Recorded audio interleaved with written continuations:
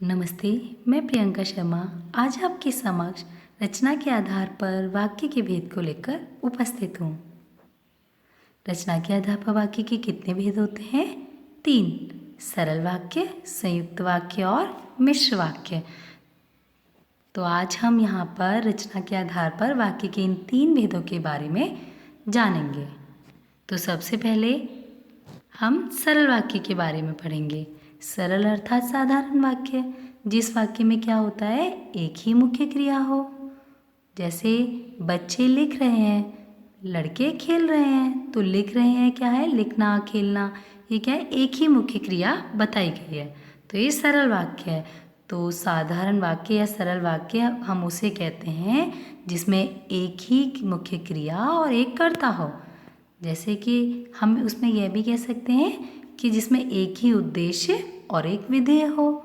जैसे बिजली चमकती है, पानी बरसा। तो बिजली क्या है, उद्देश्य, और चमकती है क्या है, विधेय। ऐसे ही पानी क्या है, एक उद्देश्य, और बरसा विधेय।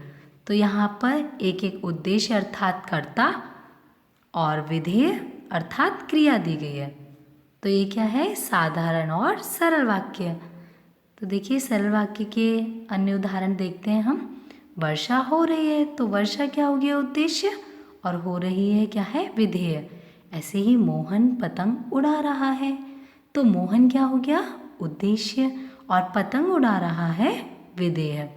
बच्चे मैदान में खेल रहे हैं, तो बच्चे क्या है, उद्देश्य, और मैदान में खेल रहे हैं क्या है, विधेय। तो कर्ता को छोड़कर जो उद्देश्य के अलावा जो भी होता है वो सब विधेय में शामिल किया जाता है। तो वह फलों के लिए बाजार गया, तो यहाँ पर वह क्या हो गया, उद्देश्य। कौन बाजार गया, वह, तो वो उद्देश्य हो गया, करने वाला कर्ता है। फलों के लिए बाजार गया, विधेय। ऐसे ही राम खाना खाकर सो गया, तो राम क्या हो गया, उद्देश्य, और खाना खाकर सो गया, वो क्या होगा, विधेय। देखिए यहाँ सिर्फ छोटा वाक्य होने से ही सरल नहीं है, सरल वाक्य भी काफ़ी लंबा हो सकता है। जैसे कि अगर यदि मैं बोलती हूँ कि महात्मा गांधी जी की महानता के बारे में सभी जानते हैं, तो यहाँ पर क्या हो गया, ये क्या है, विस्तार हो गया। मतलब उसमें कर्ता का भी विस्तार कर सकते हो और क्या है, और क्रिया का भी विस्तार कर सकते हो। तो वो भी क्या है, सरल वाक्य में ही शामिल किया जाएगा। इसके बाद अब हम पढ़ेंगे संयुक्त वाक्य। तो संयुक्त वाक्य में क्या होता है, जो वाक्य दो या दो से अधिक वाक्य जिसमें किससे मिले हों, किसी योजकों के द्वारा मिले हों, किसी योजक शब्द के द्वारा मिले हों। जैसे कि वह सुबह गया और शाम को लौट आया। तो यहाँ पर देखिए वह सुबह गया क्या है, एक प्रधान उपवाक्य है, और शाम को लौट आया वो भी अपने आप में प्रधान उपवाक्य है। तो जो दोनों सेंटेंस क्या है, मेन है, लेकिन वो दोनों सेंटेंस, दोनों जो उपवाक्य हैं वो योजक शब्दों से जुड़े हुए हैं। योजक शब्द कौन कौन से हैं, जैसे और, एवं, तथा, किंतु, परंतु, लेकिन। तो ये क्या हो गया, ये योजक शब्द हैं। तो देखिए यहाँ पर वह सुबह गया, शाम को लौट आया, है तो आपस में दोनों प्रधान। अगर आप और को हटा दोगे तो वो अपने आप में मेन सेंटेंस निकल के आएंगे। अगर हम और जोड़ देते हैं तो वो दो वाक्य उसमें जॉइंट हो गए, तो वो बन गया संयुक्त वाक्य। ऐसे ही उसने बहुत परिश्रम किया किंतु सफलता नहीं मिली। तो यहाँ पर किंतु, किंतु क्या है, योजक शब्द। तो जो योजक है वो क्या है, इन दोनों वाक्यों को जोड़ रहा है। तो अब हम पढ़ेंगे मिश्र वाक्य के बारे में। तो मिश्र वाक्य क्या होता है, जिसमें एक ही प्रधान वाक्य उपवाक्य हो और जो बाकी वाक्य हैं वो क्या हो, उस पर डिपेंड, मतलब आश्रित हो। तो उसे हम कहते हैं मिश्र अथवा मिश्रित वाक्य।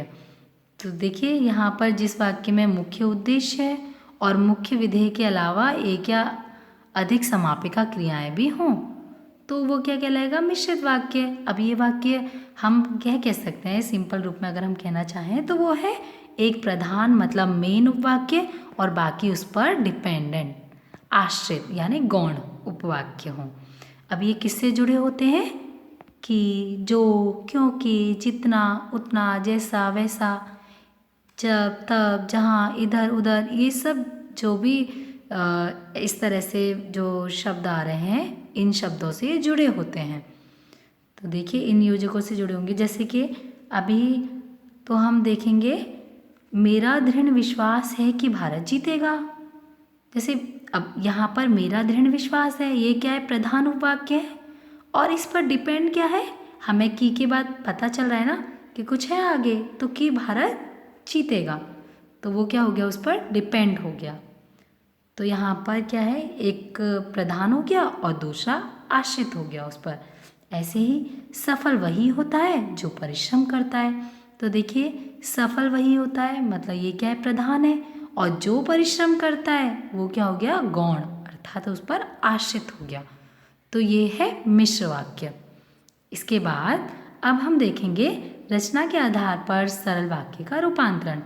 अब सरल वाक्य से संयुक्त वाक्य और मिश्र वाक्य में बदलना है हमें। तो ज़्यादातर आपके जो एग्ज़ाम में आता है वो यही आता है कि किस परिवर्तन करना, सरल से संयुक्त में, संयुक्त से मिश्र में और मिश्र से सरल में, इस तरीके से। तो सबसे पहले हम जानेंगे सरल वाक्य। सरल वाक्य क्या होता है, देखिए हमने पढ़ा था सरल वाक्य जिसमें एक मुख्य क्रिया हो, जैसे राधा नाचती गाती है, सिंपल सेंटेंस है, कोई और तथा किंतु परंतु लेकिन नहीं है, तो ये क्या हो गया, सरल वाक्य। अब हम यदि इसे संयुक्त में बदलेंगे तो क्या होगा, जैसे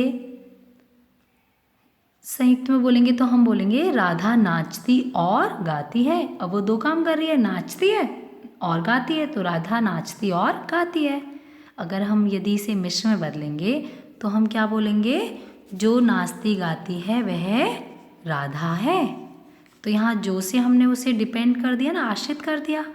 ऐसे ही दूसरा वाक्य, दूसरे में क्या है, तुम पढ़कर सो जाना, तो हम ये सिंपल है, ये सरल वाक्य है। अब इसको संयुक्त में बदलते हैं तो वो क्या बोलेंगे, तुम पढ़ना और सो जाना, तो ये क्या हो गया, संयुक्त वाक्य, क्योंकि हमने उसमें और जोड़ दिया।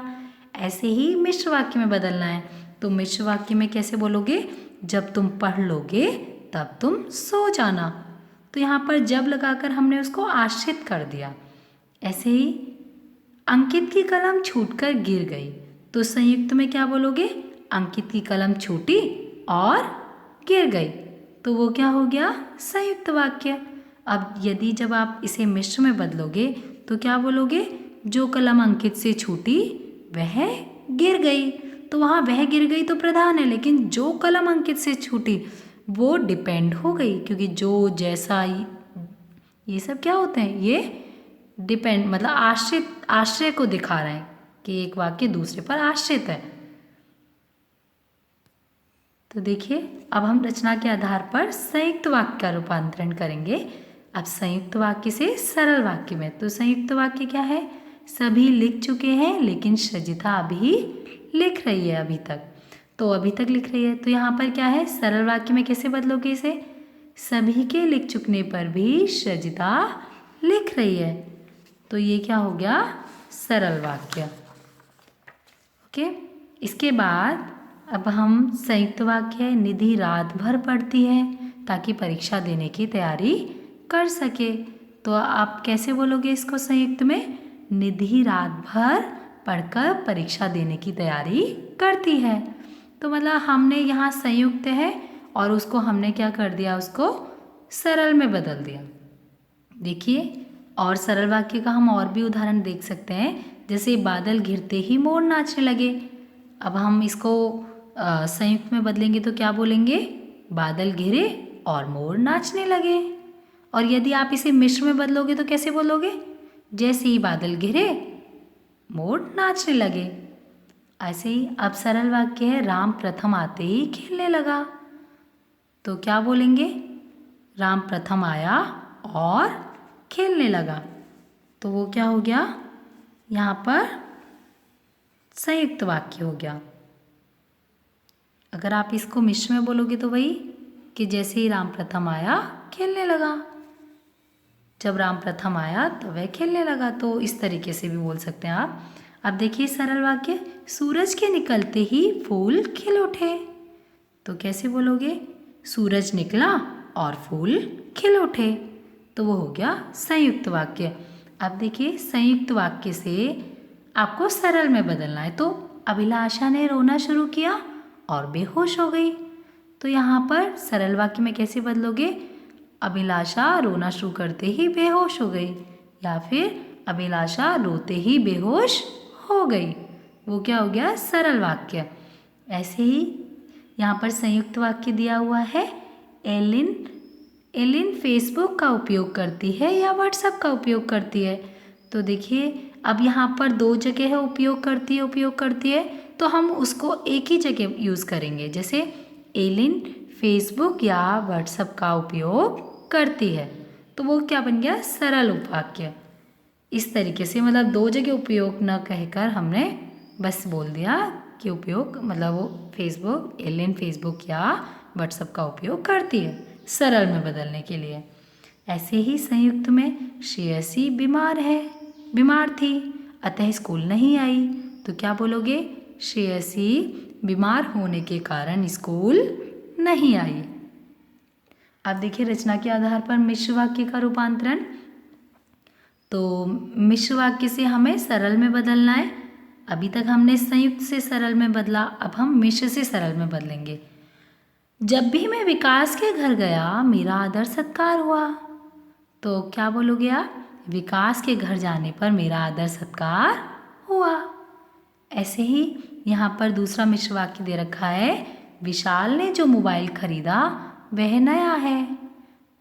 अब यहाँ पर देखिए प्रधान है, वह नया है, वो तो प्रधान है, लेकिन डिपेंड क्या है, आश्रित क्या है? जो मोबाइल खरीदा वो उस पर आश्रित है। तो यहाँ पर अगर हम इसको सरल में बोलेंगे तो हम क्या बोलेंगे? सिंपल बात में कहेंगे, जैसे एक सेंटेंस में अपनी बात कह देते हैं।